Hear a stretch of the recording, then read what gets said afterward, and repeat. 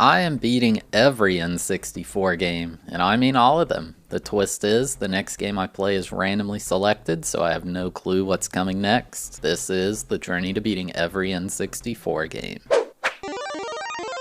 Game number 201, Quake II. Released in 1999 for the N64, this game was developed by id Software, ported to the N64 by Raster Productions, and published by Activision. We played the original Quake back at Game 149, so it hasn't been super long since then. I remember thinking it was decent enough, although it felt like a shell of its full potential playing it on PC. That game seemed to be a direct one-to-one port with some changes made to work on console, and I think there were a few exclusive levels. I believe this N64 version has completely redesigned levels, which is really cool. I actually remember watching my uncle play a bit of Quake 2 when I was super young, so if even he was playing it, this game must have been quite popular. It's not too surprising considering the success of Doom, although the other project Daikatana apparently left some things to be desired. I'm sure it'll be interesting when we get to that one. Anyway, let's get into it. The game has a single player campaign mode, so that's what we'll be doing to beat this game. It was actually on easy by default, but I decided to set it to medium.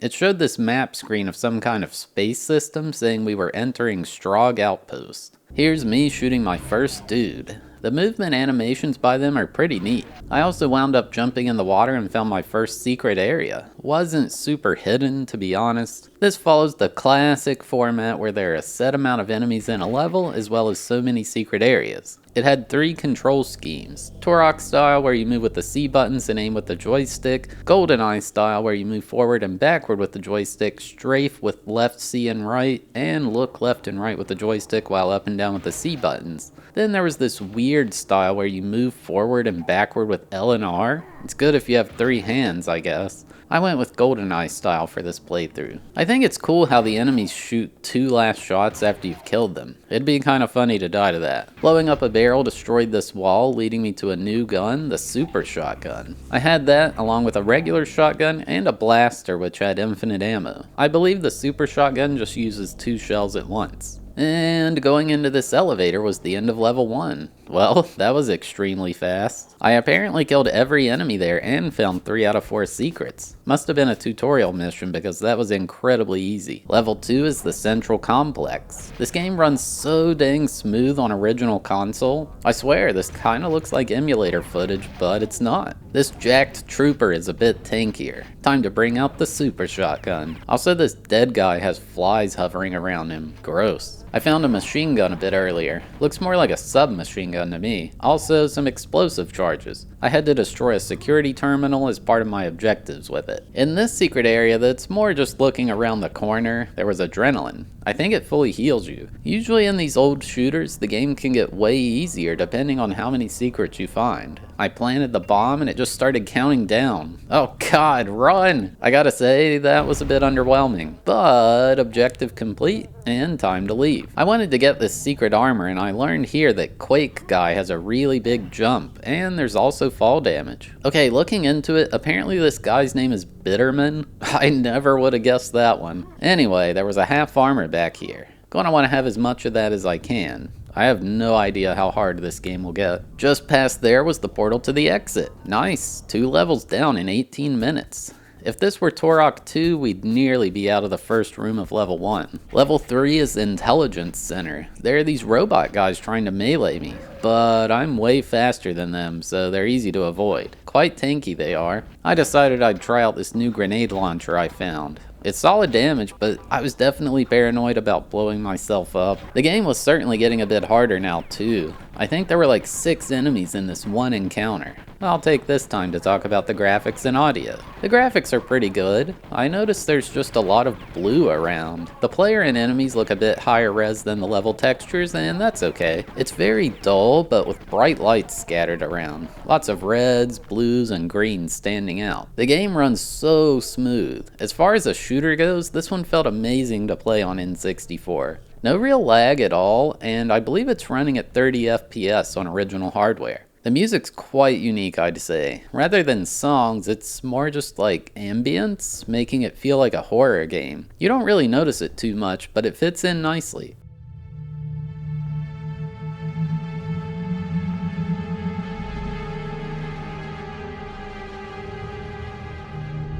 These lasers were difficult. One of the two would cycle on and off, which is a terrible security system by the way, and you could pass. When it was the top one, you had to jump, and I struggled finding the timing to make it. I talked about the graphics, but it seems like the theming in this game has changed a lot. Quake 64 was all dark and mysterious with demons everywhere. This seems more futuristic in a sense, with bright lights and mostly fighting other people. Well, actually, all I'd fought at this point were people. I kinda like the change, honestly. Here I take the data disc. No cartridge replacement for the N64, dang. A few enemies spawned and I was freaking out. I really wish I could aim better on this dang controller. Taking that to the elevator nearby was the end of the level. Wow, I'm flying through this one. Didn't find any secrets that time though. Level 4 is the communications center. I needed to upload the data disk, but first I gotta take care of this wild four-legged thing that shoots lasers from its face. Oh shoot, it's the hydraulic press from that one guy's YouTube channel. Welcome to the hydraulic press channel. God, I used to love watching those videos. That green stuff below it looks dangerous. Some kind of flying drone enemies showed up in this level too. Easy to take down in one shot. This game doesn't have like infinite up and down aiming like Doom has. You have to actually aim on both axes to hit things. I found a chain gun.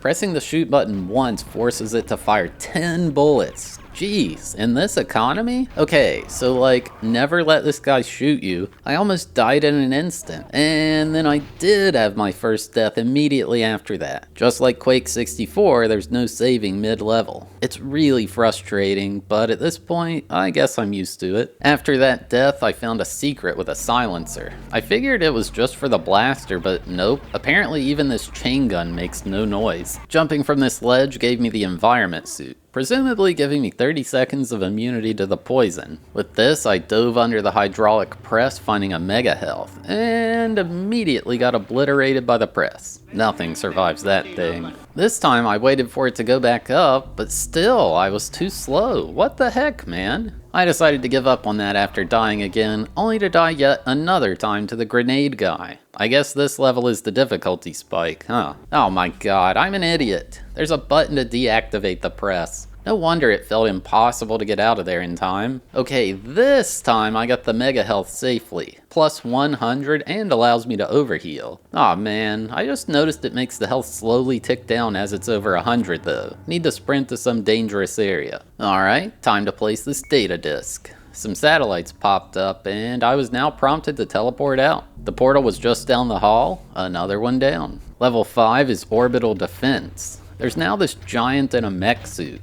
looking like Kongol from Legend of Dragoon over there. The grenade launcher ought to do the trick. There was some red stuff under the bridge here. Looked pretty scary. Not sure what these red lasers within this crystal are for either. You know what? It could just be a decoration and the devs thought it looked cool. Here's another new enemy. Some normal looking person but with a missile launcher for a hand. Glad that didn't hit me. It looked like there was a bridge missing here. Not sure how I don't get immediately sucked into the vacuum of space either. Look at this. This one enemy shot the other in the back with a rocket. Sorry about your luck. There was a button later in this room that said it disabled the gravity generator. Whatever that means. Maybe it lets me walk across that broken bridge? Yeah, why did I even try that? Terrible idea. Okay, let's try jumping this time. There we go. It seems outside the ship is low gravity now. Why are these enemies stuck in place? I think they may have bugged out. Through this door, it warned me that a liftoff was taking place.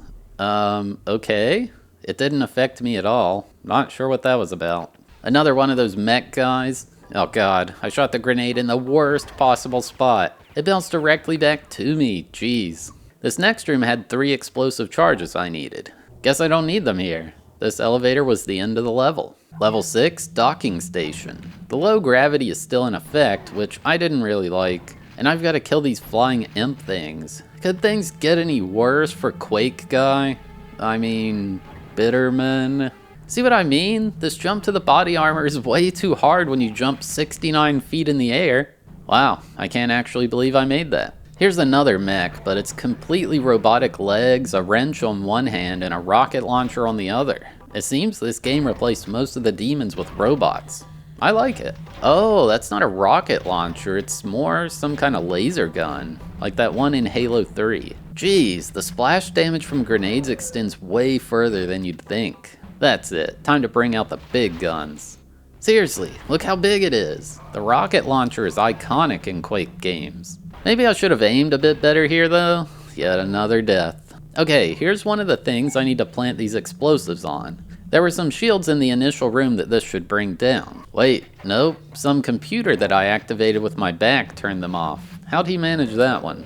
And here's the last explosive being placed. Unfortunately, I apparently only had 2 minutes to leave before they exploded. It said I had to use the Strog ship to escape. What the heck does that mean? I had bigger problems though. I was running into bad guys from every direction. My health was going down so fast and it was not looking good. All the way back to the start. To be fair, the levels aren't all that long, but still. It happened a second time too. Dang, I kinda suck at this game. Think I just can't play shooters well on the N64 controller. I'm quite good on a modern dual joystick game. I tried slowly clearing out that room that was giving me trouble this time. I hadn't planted the last explosive yet, so I had as long as I wanted. Look at these lighting effects when I shoot the blaster. That's really cool for the time period. There we go. This time I got out safely. This structure must be the Strog ship. Level 7 is the Strog freighter. Or the level where I get blasted within the first 10 seconds. Here's a callback to the first game. Need the blue key here.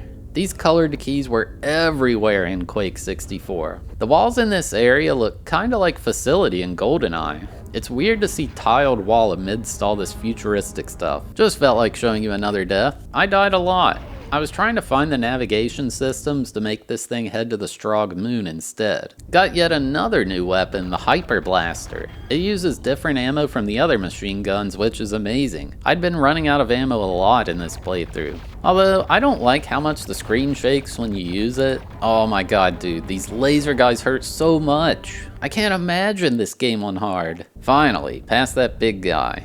There were a few terminals here disabling some security doors, as well as that coveted blue key. Behind one of those security doors, the railgun. Oh, this is the gun those guys have been using. It certainly packs a punch. High risk, high reward. Okay, here's the navigation center for the ship.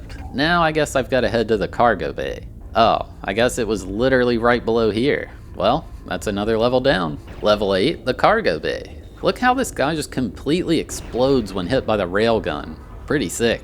Is this supposed to be a hologram of the ship? It said I needed the red key to do something to it. Turning this wheel opened a hatch to down below. What is this, a sewer system? This ship is super advanced. I pretended to be a box on this conveyor belt leading to a secret with a full body armor. Oh man, that is so needed. The railgun's so good, but if you miss, it takes like 2 whole seconds to shoot again. So just never miss, I guess. I found the red key, brought it back to the hologram area, and the terminal there lowered the floor beneath it. Down here was a huge door with 3 big guys behind it. I was quite scared considering I had 8 health to my name. Thought I got them all with the grenade launcher, but nope, blasted directly in the face. It's fine, I'll beat the level again. I know I'm kind of flying through all these levels in this video, but if you do want to watch full playthroughs of these games, I have them all archived on my alt channel Thabeast Plays, link in the video description. This run, I found an item in a secret that made me invisible. This guy just seems unfazed that he's being blasted by a shotgun. Like, I get it, you can't see the person doing it, but I don't know, I'd try running or something. Then there was this tiny little spot where I saw a button I could shoot. This opened a room with an item called the Power Amplifier.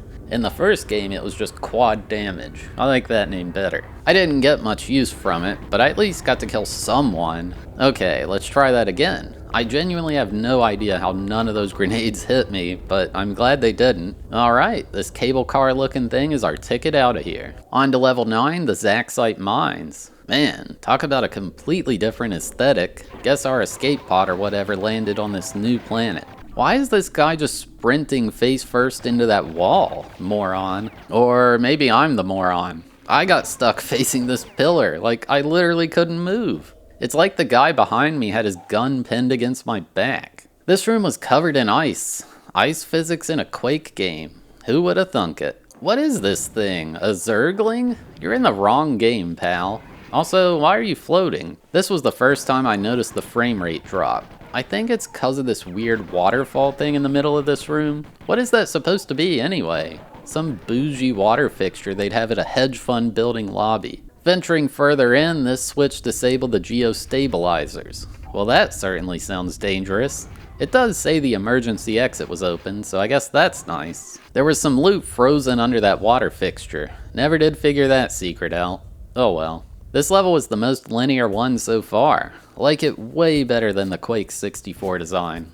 On to level 10, storage facility. I was in a bit of a bind, having low health and ammo at this save. Think we all saw that one coming. Died to the post-death shots. Man. Oh look, this box is a different color. Oh snap, is that a mega health on there? I need that so bad. So we all saw that, right? The bridge just like pinched me at the hinge or something. That was hogwash. Is this the first time we've seen outside in this game? The sky looks pretty cool. Another secret. What's beyond this one? The BFG 10K. Well, that sounds incredible. It uses the same ammo as the Hyper Blaster. Oh look, a button. I think I should press it. Some explosions started happening in the center of the room, and then a gigantic robot appeared. And then I just insta-died from full HP? What happened? Okay, let's try this again. And let's try out this BFG. Well, it's got a huge wind-up time, but I assume it's hurting a lot. Just 3 shots from it blew this thing to smithereens. Why did it die with flesh and blood? Also, I had no idea this platform was the end of the level. I was wanting to pick up all the loot it dropped, man. Well, I guess that was the first boss of the game. We're on level 11 now, organic storage. And I'm dead. Alright, now this is how you use a quad damage. The basic machine gun just melts everything.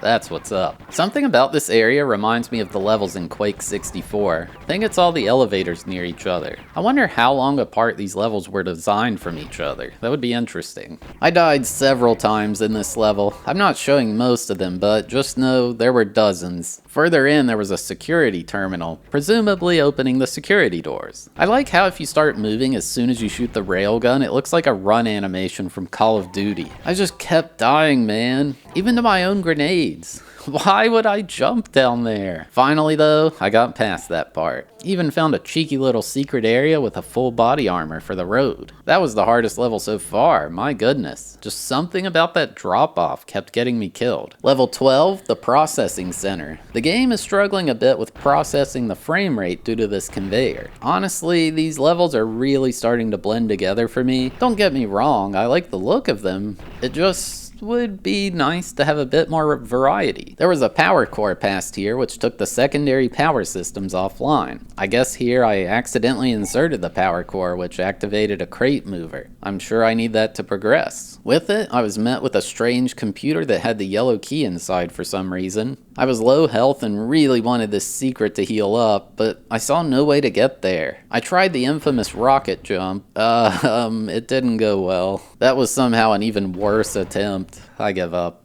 No, wait. I did it. I'm just like the pro Quake players. Now how the heck are you intended to get that thing? The yellow door led to this outdoor area, killing more bad guys. I had literally killed every enemy in the level at this point, so I activated this pump to turn the drill online. I was confused where to go, and I was scared this hole would just kill me and everyone would point and laugh, but nope, that was the end of the level. Hey, that's what I'm talking about. A new looking environment. This is level 13, the geothermal station. And I died to the literal first enemy I found. That's neat. Found another quad damage, killing all the employees of the local refinery. This section was definitely unique. Felt like I was playing a platformer instead of a shooter for like 5 seconds there. I now had to disable the cooling systems to make this plant explode. I was terrified jumping on this spinning thing. Thought for sure I'd blow it and fall in. Ugh, clips like this make me so embarrassed.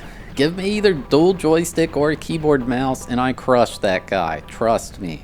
What the heck happened here? That cog didn't do that last time. You know what? I have to see if this lava actually kills you. Sure does. Man, the character's scream is brutal there. I like this secret. There's these tiny ledges sticking out and that's enough to stand on. No big brain solution or anything like that. Just trust this guy's big toe is strong enough to stand there. Anyway, past this bridge to the cooling pipe was the way to the detention center, and the end of the level. Level 14, the detention center. Looks more like the sewer to me. This guy's just banging his head against this force field repeatedly. Hopefully I can rescue him, unless he's a bad guy.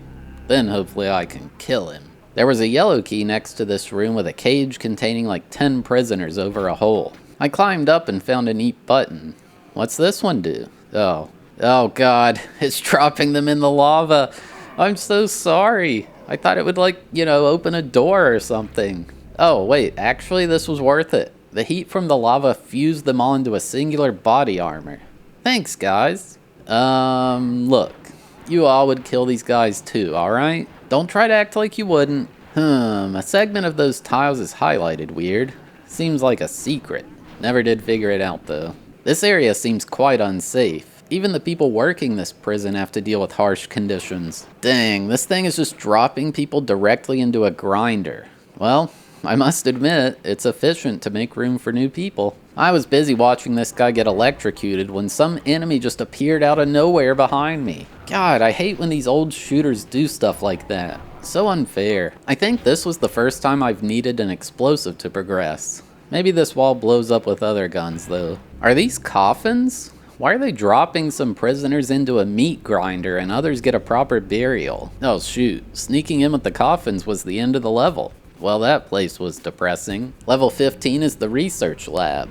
Some of these prisoners are taken to do experiments on, I guess. Well, I can feel noble about putting these guys out of their misery. So this hallway started to fill up with red water. Then I started losing all my health. What the heck? Panic. Okay, I blasted the glass and got out. But then I got blown up almost immediately. Cool. Oh no, he's pushing another button and getting a prisoner killed in a horrific way. Oopsie. This switch disabled the energy core, but more importantly, the ceiling opened up and sent some imps at me. I haven't seen these little guys in so long.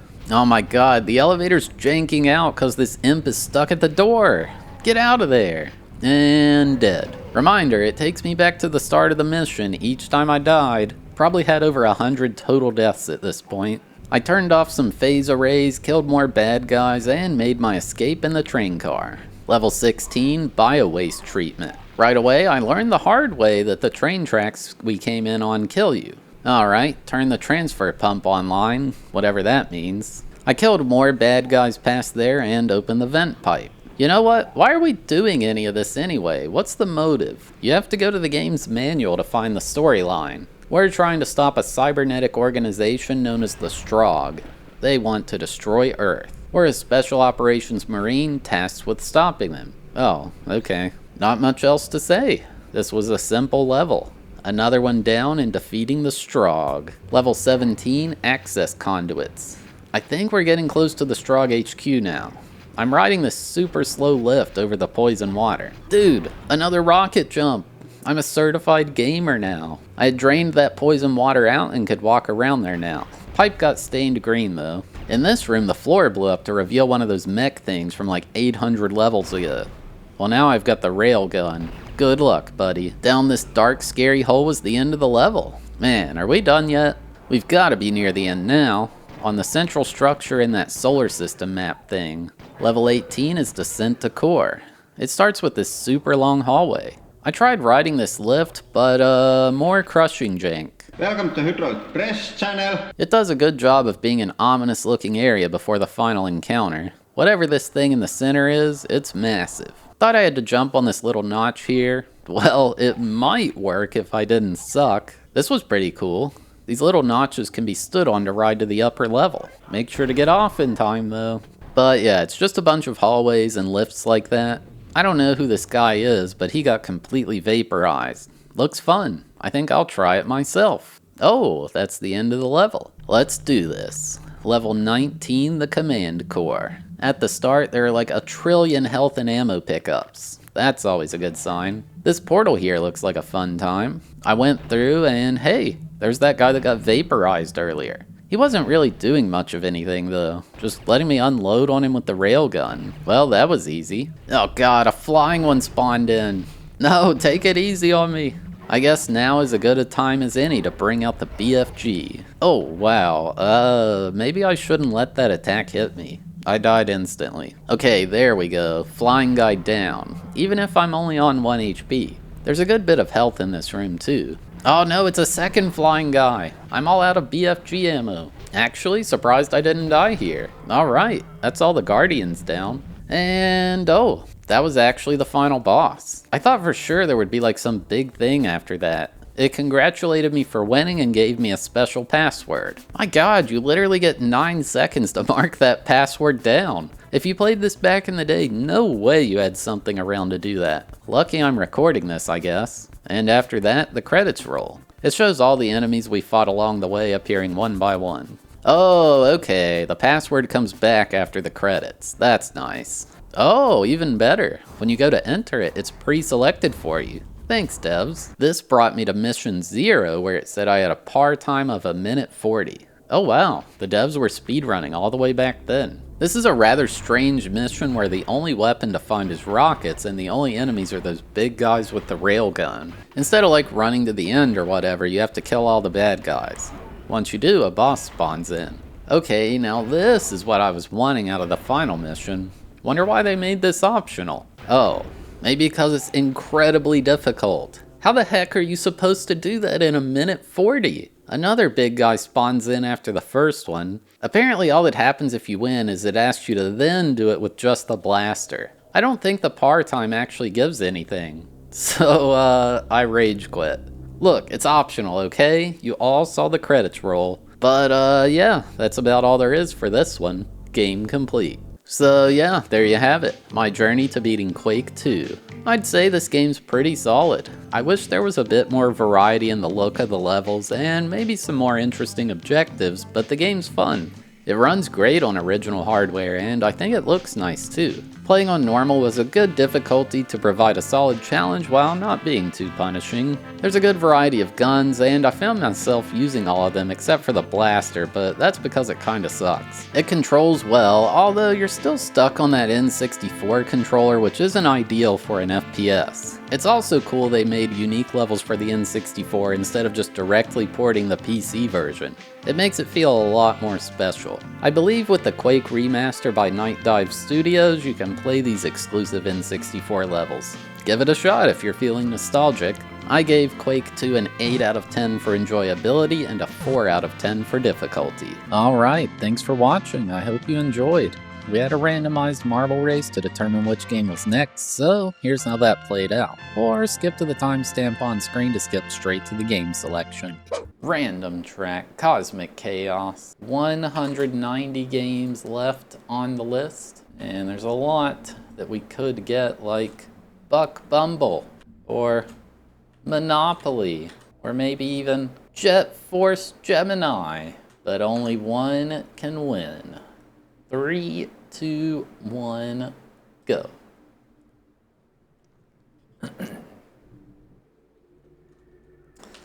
And they are off, folks.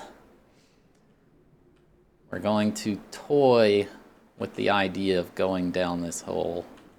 But it's quite scary. Anything could be down there. But we have some brave marbles taking the plunge, it appears. Rampage is currently in the lead with Ocarina of Time close behind. Ocarina of Time is just always close to winning, but it never actually happens. Rampage, still in the lead. It's early. We're going through these loop-de-loops like it's a Sonic level or something. And who's coming out first? Who will it be? It is still Rampage. No, Rampage gets knocked back a bit. Ocarina of Time, and it's now Banjo-Kazooie with a commanding lead, but Banjo gets held up, and some Japanese game, Choro Q something, I don't even know what's going on. The camera is just freaking out. Let's snap to first place. What is happening? This is a wild track. The next J-League game is somehow in the lead. The cameraman is going to be fired after this, folks. I assure you, I apologize for that. And it's Knockout Kings 2000 in the lead now.